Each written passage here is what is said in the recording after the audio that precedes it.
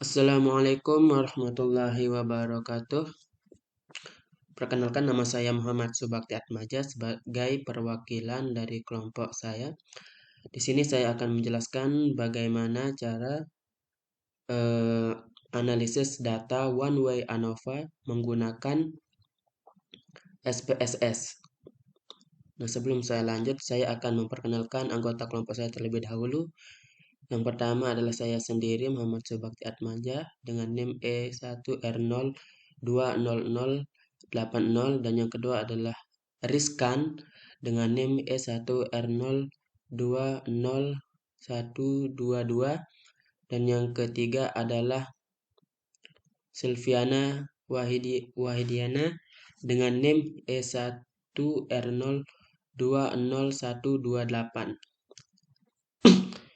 Baik, sebelum kita lanjut ke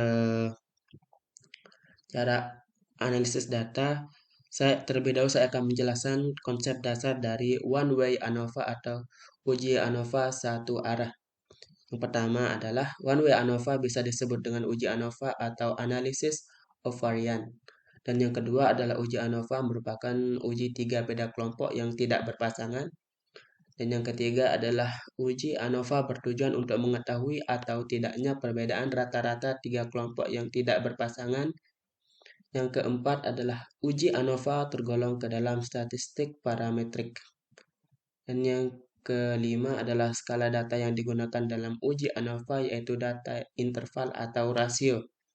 Dan yang terakhir adalah uji ANOVA itu dalam proses uji ANOVA ada yang namanya uji lanjut atau post hoc test, di mana uji lanjut atau post hoc test tersebut bertujuan untuk mengetahui perbedaan tiap kelompok secara nyata, tapi penggunaan uji lanjut atau post hoc test sendiri bisa dilakukan dalam uji ANOVA menghasilkan perbedaan yang secara signifikan antara kelompok.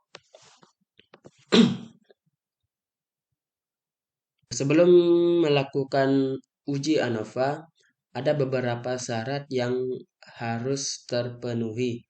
Yang pertama antaranya adalah data yang harus berdistribusi normal, dikarenakan uji normalitas data merupakan syarat wajib yang harus terpenuhi. Dan yang kedua itu adalah varian data harus homogen. Meskipun uji homogenitas bukan syarat mutlak yang harus dipenuhi, tapi penggunaan uji homogenitas adalah dalam one way ANOVA akan berdampak pada pemilihan uji lanjut atau post hoc test. Apabila asumsi uji homogenitas terpenuhi, maka bisa masuk ke dalam uji lanjut Bonferroni, sedangkan uji asumsi homogenitas tidak terpenuhi, maka tidak bisa menggunakan uji lanjut James-Howell. Baik, kita lanjut ke cara menganalisis data one way ANOVA menggunakan SPSS. Nah, di sini saya mempunyai data nilai UTS kelas 9, di mana ada kelas A, kelas B, dan kelas C. Nah, di sini untuk input data di SPSS-nya itu saya menggunakan permisalan di setiap kelasnya. Misalkan untuk kelas A, saya input datanya di SPS-nya itu menggunakan 1. Dan yang ke kelas B adalah 2. Dan yang kelas C adalah 3. Input data di SPSS-nya, misalnya. Nah, langsung saja ya. Data nilai kelas ini kita blok.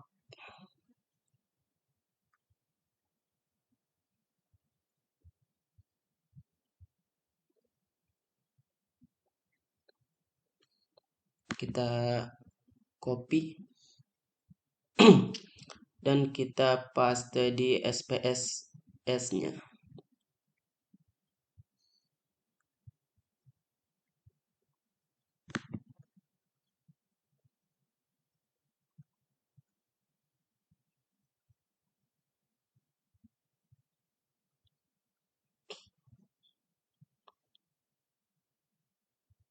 Nah, sebelum melakukan analisis data, terlebih dahulu kita modif di bagian variabel view-nya ini, atau kita isi di variabel view.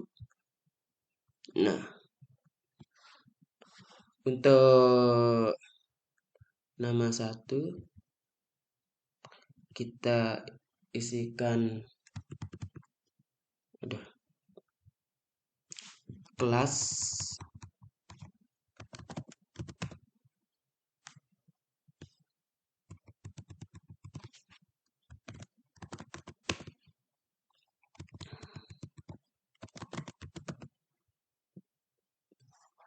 dan untuk yang kedua kita isi dengan nilai.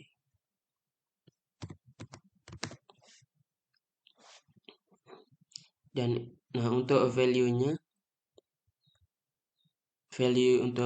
kelompok saya kita isi. Nah, untuk value yang pertama itu kita isi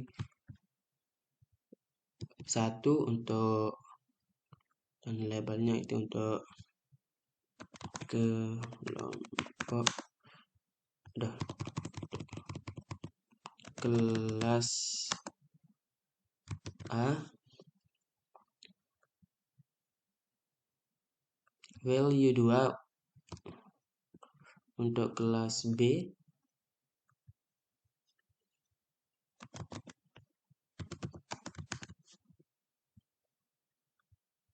Dan value 3 untuk kelas C.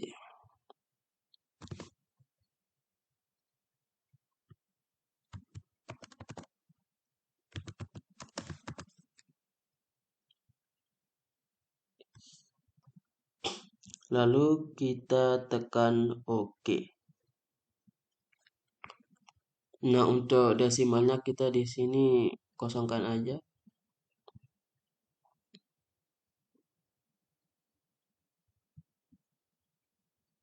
Nah, maka kita lihat pada data view-nya itu akan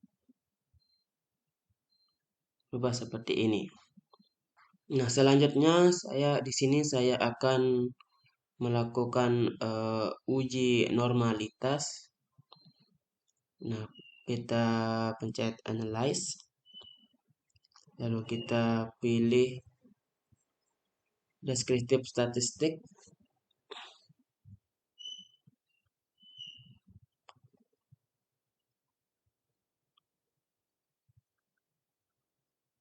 Kita pilih explore.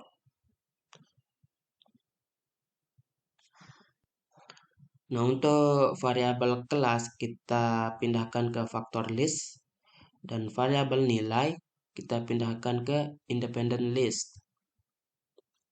Nah, sudah selesai. Lalu pilih plots,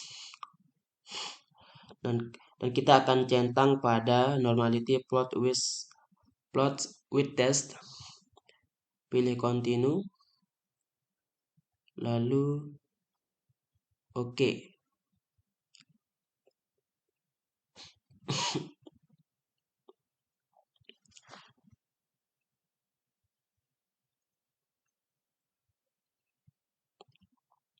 Nah, di sini sudah muncul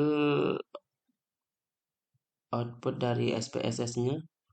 Nah, di sini kita akan berfokus pada test of normalitas atau test of normality atau tes normalitasnya.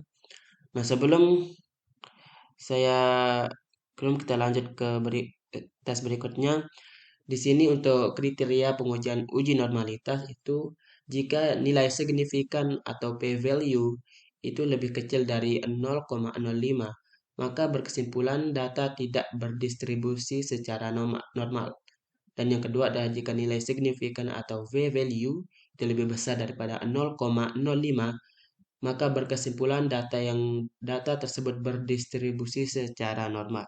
Nah, di sini kita lihat nilai signifikannya itu 0,966 untuk kelas A, untuk kelas B 3,24, dan kelas C adalah 0,479. ini semua lebih besar daripada 0,05, maka data tersebut berdistribusi secara normal. Nah, karena data yang diketahui sudah diuji normalitas atau sudah dites normalitas, maka kita akan lanjut ke uji one way ANOVA atau uji satu arah. Nah, di sini untuk uji one way ANOVA kita pilih analyze dan kita pilih compare means, lalu kita pilih one way ANOVA. Nah, untuk variabel kelas kita akan masukkan ke list faktor, kolom faktor, dan untuk nilai, variabel nilai kita taruh di independent list, lalu tekan options, lalu kita centang pada homogeneity of variant list. Ini bertujuan untuk memunculkan data output dari uji homogenitas data tersebut. Lalu tekan continue dan OK. Nah, di sini sudah muncul data output dari uji homogenitas dan uji ANOVA. Nah, sebelum kita melakukan interpretasi pada tes homogenitas dan alangkah baiknya kita harus mengetahui kriteria dari pengujian tes homogenitas. Nah, untuk kriteria pengujian uji homogenitas itu yang pertama adalah jika nilai signifikan atau p-value based on mean lebih kecil dari 0,05, maka varian data tidak homogen atau uji homogenitas tidak terpenuhi. Dan yang kedua, jika nilai signifikan p-value based of mean itu lebih besar daripada 0,05, maka berkesimpulan varian data uji homogenitas terpenuhi. Nah, bisa kita lihat di sini hasil dari uji homogenitasnya. Nah, untuk best of treatment mean ini nilainya adalah 0,086. Maka dapat disimpulkan bahwa varian data uji tes homogenitas tersebut terpenuhi. Nah, selanjutnya adalah pada uji ANOVA. Nah, sebelum kita melakukan interpretasi pada uji ANOVA, terlebih dahulu kita harus mengetahui kriteria dari pengujian one way ANOVA atau uji ANOVA. Di mana jika nilai signifikan atau p-value itu lebih kecil daripada 0,05, maka berkesimpulan ada perbedaan secara signifikan. Dan yang kedua adalah jika nilai signifikan atau p-value itu lebih besar daripada 0,05, maka berkesimpulan tidak ada perbedaan secara signifikan. Nah, bisa kita lihat nilai signifikannya itu adalah 0,083, di mana 0,083 ini lebih besar daripada 0,05, sehingga kita dapat simpulkan bahwa data tersebut tidak ada perbedaan secara signifikan. Nah, di sini nilai signifikannya itu adalah 0,083, di mana dapat kita simpulkan bahwa tidak ada perbedaan secara signifikan antara ketiga kelas dari data nilai UTS kelas 9 tersebut. Nah, untuk mengetahui tingkat tingkat perbedaan atau tidak ada perbedaan secara signifikan, kita bisa lanjut ke uji post hoc test atau uji lanjut. Kita bisa melanjutkan ke uji post hoc test atau uji lanjut dengan cara yang pertama kita klik analyze, pilih compare mean, lalu kita pilih one way ANOVA. Nah, lalu di sini kita tekan post hoc. Nah, di sini muncul beberapa pilihan ya. Nah, karena data atau karena data yang kita uji tadi adalah data yang homogen atau kita uji homogenitasnya itu, maka di sini kita akan centang Bonferroni di equal variance yang berarti varian datanya itu homogen. Nah, selanjutnya kita tekan continue, lalu kita tekan OK. Nah, di sini sudah muncul output dari post hoc test, yaitu multiple compressions. Nah, sebelum kita menginterpretasi post hoc test ini, alangkah baiknya kita harus ketahui kriteria dulu. Kita harus mengetahui kriteria dari uji lanjut one way ANOVA atau post hoc test tersebut.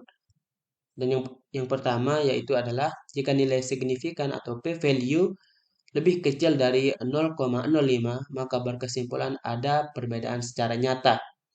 Dan yang kedua adalah jika nilai signifikan atau p-value itu lebih besar dari 0,05, maka berkesimpulan tidak ada perbedaan secara nyata. Nah, bisa kita lihat di sini.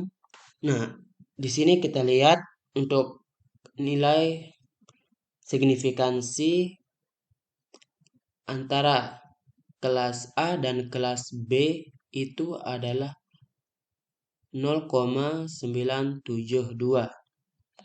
Maka berkesimpulan bahwa tidak ada perbedaan secara signifikan antara beda data nilai UTS kelas A dan kelas B. Begitu juga antara kelas A dan kelas C. Nilai signifikansinya itu adalah 0,081, lebih besar daripada 0,05, yang menandakan bahwa tidak ada perbedaan secara nyata di antara kelas A, B, antara kelas A dengan kelas B, dan antara kelas B dan kelas A, kelas B dan kelas C dengan kelas A, dan kelas C dengan kelas B. Nah, mungkin itu saja penjelasan mengenai cara menganalisis data one way ANOVA atau uji ANOVA satu arah menggunakan SPSS. Nah, sekian penjelasan dari saya. Saya Muhammad Subakti Atmaja, perwakilan dari kelompok saya, pamit undur diri. Sekian, assalamualaikum warahmatullahi wabarakatuh.